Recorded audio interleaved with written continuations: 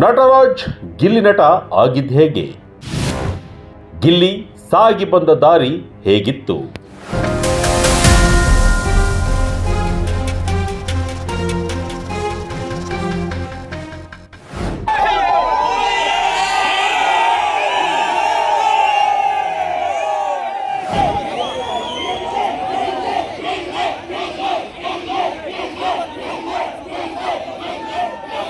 Gilli alias Gilli ನಟ ಈ ಹೆಸರು ಸದ್ಯಕ್ಕೀಗ ಸೋಷಿಯಲ್ ಮೀಡಿಯಾದಲ್ಲಿ ಅಬ್ಬರ ಎಬ್ಬಿಸಿದೆ. ಕರ್ನಾಟಕದ ಮೂಲೆ ಮೂಲೆಯಲ್ಲೂ ಗಿಲ್ಲಿ ಹೆಸರು ಓಡ್ತಾ ಇದೆ.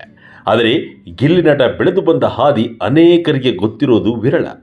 ಗಿಲ್ಲಿಯ ಶೈಕ್ಷಣಿಕ ದಿನಗಳು ಹೇಗಿದ್ವು ಗೊತ್ತಾ? ಶ್ರಮ ಮತ್ತು ಛಲ ಹೊಂದಿದ್ದರೆ ರಸ್ತೆ ಬದಿಯಲ್ಲಿ ನಿಂತವರು ಕೂಡ ರಾಜನಾಗಬಹುದು. ಇದಕ್ಕೆ ಬೆಸ್ಟ್ ಎಕ್ಸಾಂಪಲ್ ಅಂದರೆ ನಮ್ಮ ಗಿಲ್ಲಿ ನಟರಾಜ್. ಒಂದು ಕಾಲದಲ್ಲಿ ಹೊಟ್ಟೆಪಾಡಿಗಾಗಿ ಮದುವೆ ಮನೆಗಳಲ್ಲಿ ಕದ್ದು ಊಟ ಮಾಡುತ್ತಿದ್ದ, ಸೆಟ್ ಬಾಯ್ ಆಗಿ ಕೆಲಸ ಮಾಡುತ್ತಿದ್ದ ಹುಡುಗ ಇಂದು ಕರ್ನಾಟಕದ ಪ್ರಸಿದ್ಧ ರಿಯಾಲಿಟಿ ಶೋ ಕಿರುತೆರೆ ಲೋಕದ ಅತಿ ದೊಡ್ಡ ಬಿಗ್ ಬಾಸ್ ಟ್ರೋಫಿ ಎತ್ತಿಡಿದಿದ್ದಾನೆ. ಕುರಿ ಮೇಯಿಸುತ್ತಿದ್ದ ಹಳ್ಳಿ ಹೈದನ ಸಂಪೂರ್ಣ ಲೈಫ್ ಸ್ಟೋರಿ ಇಲ್ಲಿದೆ. ಬಾಲ್ಯ ಮತ್ತು ಕುಟುಂಬದ ಹಿನ್ನೆಲೆ ಏನು? ಸಿನಿಮಾ ಆಸಕ್ತಿ ಬೆಳೆದಿದ್ದು ಹೇಗೆ? ಗಿಲ್ಲಿ ನಟರಾಜ್ ರವರು ಹುಟ್ಟಿದ್ದು 1996ರಲ್ಲಿ ಮಂಡ್ಯ ಜಿಲ್ಲೆಯ ಮಳವಳ್ಳಿ ತಾಲೂಕಿನ ದಡದಪುರ ಎಂಬ ಪುಟ್ಟ ಹಳ್ಳಿಯಲ್ಲಿ. ತಂದೆ ಕುಳ್ಳಯ್ಯ ಮತ್ತು ತಾಯಿ ಸವಿತಾ. ಬಡ ರೈತ ಕುಟುಂಬದಲ್ಲಿ ಜನಿಸಿದ ಗಿಲ್ಲಿ ಮನೆಯ 3 ಮಕ್ಕಳಲ್ಲಿ ಕೊನೆಯವರು. ಇವರಿಗೆ ಪವಿತ್ರ ಎಂಬ ಅಕ್ಕ ಹಾಗೂ ನರೇಂದ್ರ ಎಂಬ ಅಣ್ಣ ಇದ್ದಾರೆ.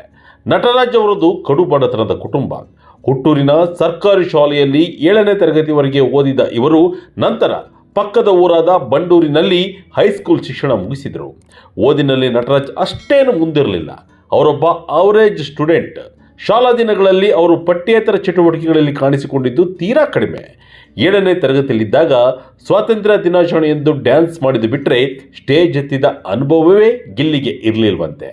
ಶಾಲೆ ಮುಗಿಸಿ ಸಂಜೆ ಮನೆಗೆ ಬಂದ ಮೇಲೆ ಸುಮ್ಮನಿರದ ಗಿಲ್ಲಿ ತಂದೆ ತಾಯಿಯ ಜೊತೆಗೆ ಹೊಲದ ಕೆಲಸಕ್ಕೆ ಹೋಗ್ತಿದ್ರಂತೆ. ಕಬ್ಬು ಭತ್ತ ಬೆಳೆಯುತ್ತಿದ್ದ ಇವರ ಕುಟುಂಬ ಜೀವನ ನಿರ್ವಹಣೆಗಾಗಿ ಕುರಿ ಸಾಕಾಣಿಕೆ ಮಾಡುತ್ತಿತ್ತು. ರಜಾ ದಿನಗಳಲ್ಲಿ ಅಥವಾ ಬಿಡುವಿದ್ದಾಗ ಗಿಲ್ಲಿ ನಟರಾಜ್ ಕುರಿ ಮೇಯಿಸಲು ಹೋಗ್ತಾ ಇದ್ರು.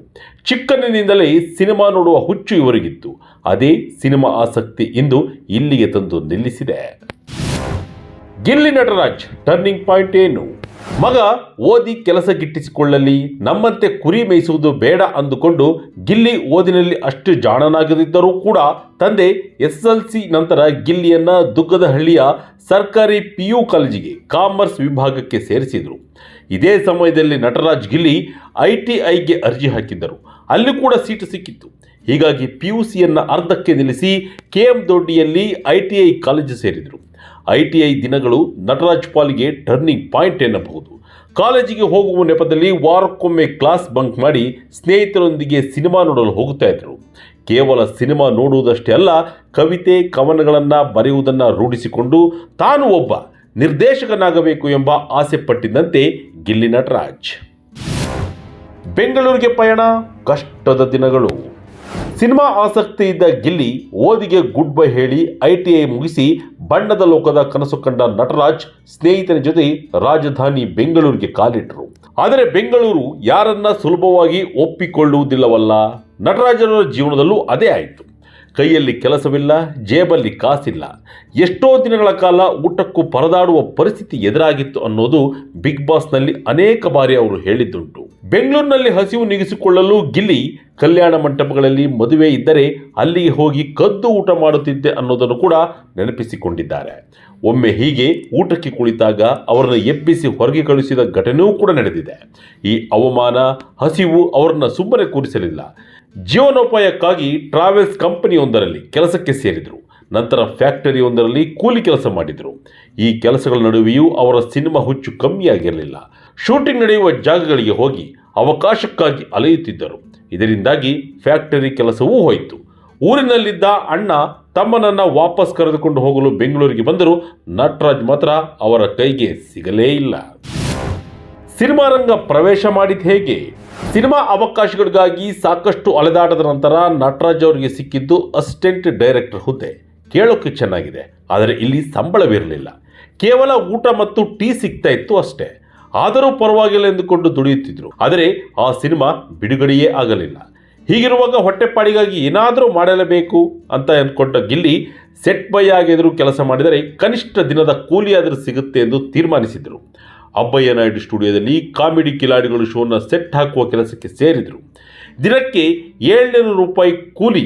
ವಿಪರ್ಯಾಸ ನೋಡಿ, ಯಾವ ಶೋಗೆ ಅವರು ಸೆಟ್ ಹಾಕುವ ಕೂಲಿ ಆಳಾಗಿ ಕೆಲಸ ಮಾಡಿದರೂ ಮುಂದೆ ಅದೇ ಶೋನಲ್ಲಿ ಸ್ಪರ್ಧಿಯಾಗಿ ಮೆರೆಯುತ್ತಾರೆ ಅಂತ ಅವರಿಗೆ ಗೊತ್ತಿರಲಿಲ್ಲ.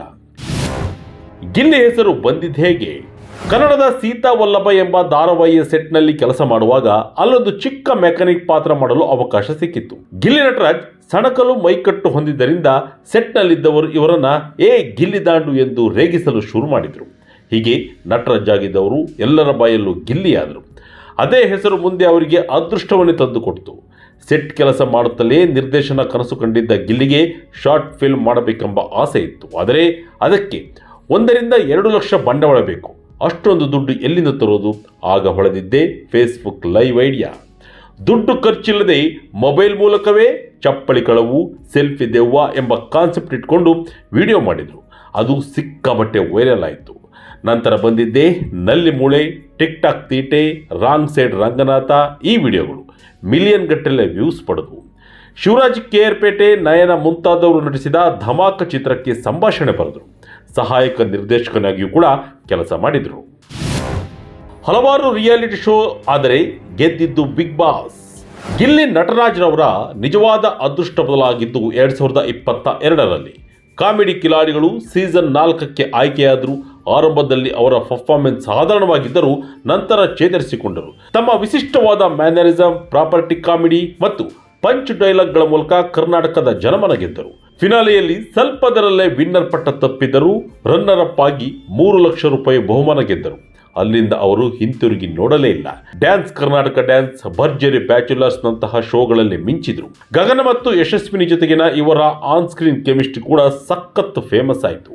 ಅಂತಿಮವಾಗಿ 2025 ಸಾಲಿನ ಸೀಸನ್ 12 ಬಿಗ್ ಬಾಸ್ ಮನೆಗೂ ಕಾಲಿಟ್ಟರು. ಈ ಶೋ ಇವರಿಗೆ ಸಾಕಷ್ಟು ಜನಪ್ರಿಯತೆ ತಂದುಕೊಟ್ಟಿದೆ. ಎಷ್ಟೋ ಜನ ಗಿಲ್ಲಿಯೇ ಬಿಗ್ ಬಾಸ್ ಗೆಲ್ಲಬೇಕು ಎನ್ನುವ ಮಟ್ಟಿಗೆ ಬೆಂಬಲ ನೀಡಿದರು. ಅದೇ ಬೆಂಬಲ ಇವತ್ತು ಕರ್ನಾಟಕದ ಮಂದಿಯನ್ನ ಗೆದ್ದು ಬಿಗ್ ಬಾಸ್ ಟ್ರೋಫಿಯನ್ನ ತನ್ನದಾಗಿಸಿಕೊಳ್ಳಲು ಕಾರಣವಾಗಿದೆ.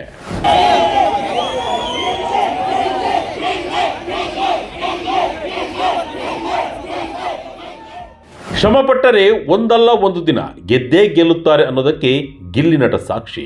ಅವರದ್ದು ಒಂದೇ ಕನಸು, ಮುಂದೊಂದು ದಿನ ಸಿನಿಮಾ ನಿರ್ದೇಶಕನಾಗಬೇಕು. ಅಷ್ಟೇ ಅಲ್ಲ, ಹುಟ್ಟೂರಿನಲ್ಲಿ ಒಂದಷ್ಟು ಜಮೀನು ಖರೀದಿಸಿ ಒಬ್ಬ ರೈತನಾಗಿ ಹಳ್ಳಿಯಲ್ಲೇ ಸೆಟ್ಲ್ ಆಗಬೇಕು ಎಂಬ ಆಸೆ ಅವರದ್ದು. ಒಬ್ಬ ಕುರಿ ಮೇಯಿಸುವ ಹುಡುಗ ಬೆಂಗಳೂರಿಗೆ ಬಂದು ಊಟಕ್ಕೆ ಪರದಾಡಿ ಇಡೀ ಕರ್ನಾಟಕವೇ ಗುರುತಿಸುವ ಮಟ್ಟಕ್ಕೆ ಬೆಳೆದಿದ್ದು, ಕಷ್ಟಗಳು ಬಂದಾಗ ಕುಗ್ಗಿ ಹೋಗದೆ ಸಿಕ್ಕ ಅವಕಾಶಗಳನ್ನು ಸರಿಯಾಗಿ ಬಳಸಿಕೊಂಡರೆ ಗೆಲುವು ಖಂಡಿತ ಎನ್ನುವುದಕ್ಕೆ ಗಿಲ್ಲಿ ನಟರಾಜ್ ರವರೇ ಸಾಕ್ಷಿ.